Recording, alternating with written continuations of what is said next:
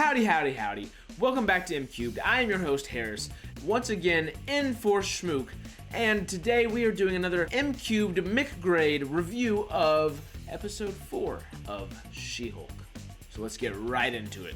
Our first tenet that we go over is production design, and I think episode 4 does bring us to a couple more actual, physical hands-on locations.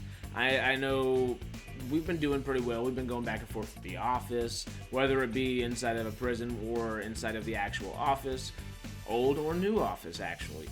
And they've been doing a good bit because it's not the largest scale of production design. A lot of this can be done on a back lot or a sound stage, so they don't need to have that large of a scale.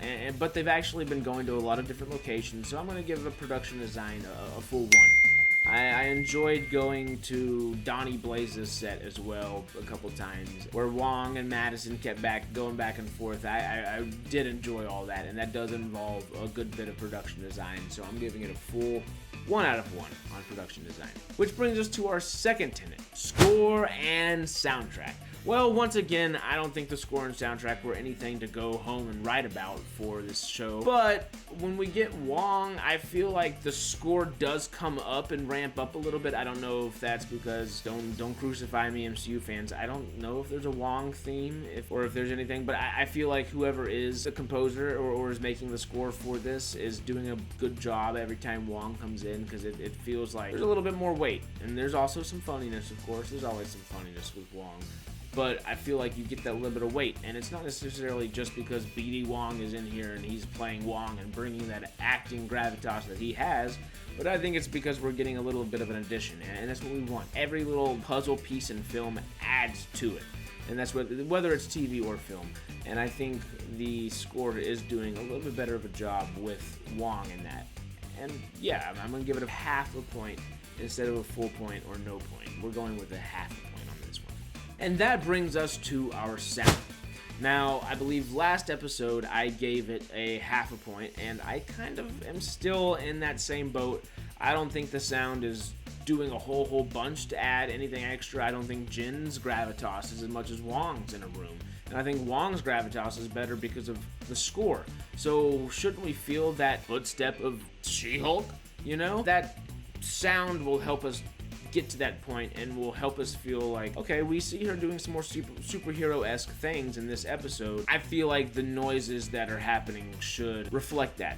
And they do in kind of those bats that they fight. There are a bunch of good noises and kind of the magic stuff that's going on with Donnie Blaze and these things. But I still don't feel it from the main character, and that just doesn't allow me to go all the way with the point, so I'm giving it a half a point. And I believe that is our third tenet that we've gone through so far. We've gotten 2 half points and 1 full point, so we're 2 out of 3. Not the worst, not too bad. That's pretty damn good. So let's go to our fourth tenet, editing. And the editing, I think, in this episode actually did a really good job, because the magic in here is prevalent, whether it be Donnie Blaze's magic or Wong's magic. So there's real magic and fake magic, but there's also real magic going and coinciding alongside that fake magic with Donnie Blaze and his kind of cohort of people. That's not the easiest thing to depict, is how I'll say that. And I think they did a good job of editing that and sequencing everything to make it all make sense, to make sure everything is where it needs to be. I think it deserves a full 1 out of 1. And that's our fourth tenet, and that brings us to a 3 out of 4. That's great. So let's keep rolling. Fifth tenet is the effects, and I'm still not 100% convinced. I know. I gave a whole spiel in the last episode about how I really do want to give this a full 1, just because I understand how hard the people in the background worked for this, for VFX and the CGI folk, everybody that goes into their jobs and focuses on the animation of the CGI that is behind the show. Props to you. Marvel, Disney, give them a couple more hours and a couple more dollars is all I'm saying, because every time I see She-Hulk walking around in that suit, it looks like a bobblehead within that suit. It's hard to get past. And also, we've seen magic rings in these shows and films time and time again at this point. I feel like that just looked like a green screen to me this episode. Tell me if you agree with me or not in the comments there, but I really feel like Donnie Blaze's stuff in particular looked like a green screen, and Wong wasn't too far behind it with Madison. I love those scenes. They were absolutely fucking hilarious, but it didn't look great necessarily. It looked good, maybe even a little bit above good, but the amount of time and effort that they're putting into these projects, the amount of money they're putting into these projects, my expectations are high, and I'll give them that little bit of leeway there as well, but I'm not going to give them all the leeway because of that either.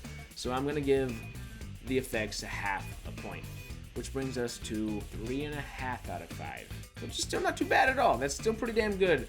And that brings us into our 6th tenet of cinematography. Now, once again, I don't think the cinematography deserves a full point.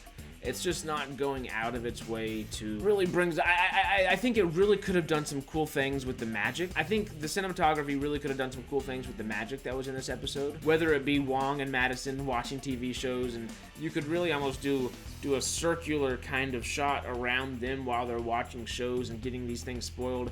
I don't know. I'm just spitballing there, but make a conversation a little more fun than just a static shot or a here, one person, next person. One person, next person. I don't think they're taking creative choices that are risky in any sort of the way, or even beneficial to the story and cast of characters that they have under their belt. I don't think the cinematography is adding to the story anything, but I don't think it's detracting anything from the story either. So I'm kind of middling there, and I'm going to give it a 0.5. And that's our 6th tenet. We're at a full 4 out of 6. Okay, so it's not too shabby, huh? Okay, not too bad. But that brings us into our 7th tenet, the cast. Well, they don't really add that many people to this episode, but you know who we do get to add here is Madison. And where everybody has been cast well, honestly, Madison's just as well cast as Tatiana Maslany as She-Hulk, and Jennifer Walters, of course. But it's hilarious. I think Wong and her go off each other very well, and of course, BD Wong has great chemistry with just about anybody that you put him up next to, but I mean, would you expect him to have that great kind of chemistry with a character like that? Probably not, just thinking about it. And then you get to see it and visualize it and hear it, and oh god, it's funny. It's hilarious. And I really think that the casting did an excellent job, and once again adding, hopefully not a cameo. She got her full character poster, so hopefully Madison's in there more and more and more.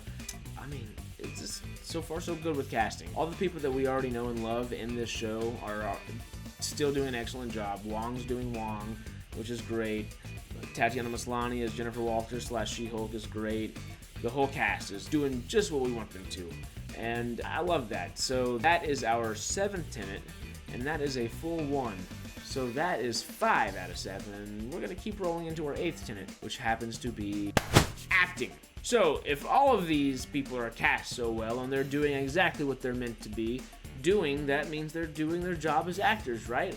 So, I mean, I have zero complaints on the acting line. I think with what material they've been given and with the direction they've been given behind that, they are doing precisely what they need to be doing, precisely what they're asked to do, and damn, it's fun. It's really a joy. I thought of it out of the blue right there, but I know Rick and Morty has considered doing a little bit of live action stuff and has done a little bit of live action stuff with Christopher Lloyd, and I don't know, this just feels like something that would feel like. I'm really enjoying this, and a lot of that is due to the act. So the acting is a full 1 out of 1, and that is 6 out of 8. Yeah, damn good. Yeah, we're moving. We're moving and we're grooving. So that brings us to our 9th tenet, which is writing.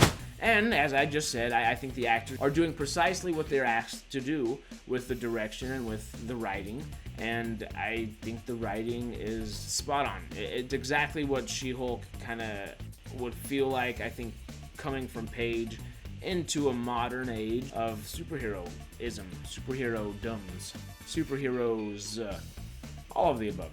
I think the writing really is great. Jessica Gao is doing a great job. And I look forward to every new week's episode because it's just 30 minutes of fun, and it's a good time. And that's what I'm here to see with She-Hulk. I'm not really looking forward to some big MCU canon-changing thing. And sure, there might be little bits of that throughout this, but I'm just having a damn good time. And her writing is quintessential to that. So that is our 9th tenet, and I think I'm going to give that a full 1 out of 1. And that brings us to a 7 out of 9. Yeah, 7 out of 9. Beautiful. So our final tenet that we go over on the MCubed-Grade MCubed review system is direction. And hey, I just started talking about it a little bit prematurely in the last couple things that I tend to do all the time. So I think it really deserves a full 1 out of 1 as well. I should know the director off the top of my head. I know Jessica Gao is the writer and showrunner, maybe. But the direction's great. It's from what the writing seems to be and what the actors get from both the writing and direction. I think all of it comes full circle, and it looks good. It feels like they have their hand on the pulse of what they're doing. It feels like a cohesive team. And all of that is typically due to a director doing their job very well. And I like that. I like that all of this does, maybe it's not everybody's boat. It doesn't float everybody's boat. But it's undeniably a cohesive team working on all this together. And that really brings a good feel to it, in my opinion, and I appreciate it. I think they really do a good job with it, and I'm looking forward to what they're bringing with further episodes. So, direction gets a full 1 out of 1, and that brings us to our final score of 8 out of 10. Really not too shabby. That's a damn good score. I believe we are back to what Schmook rated the second episode.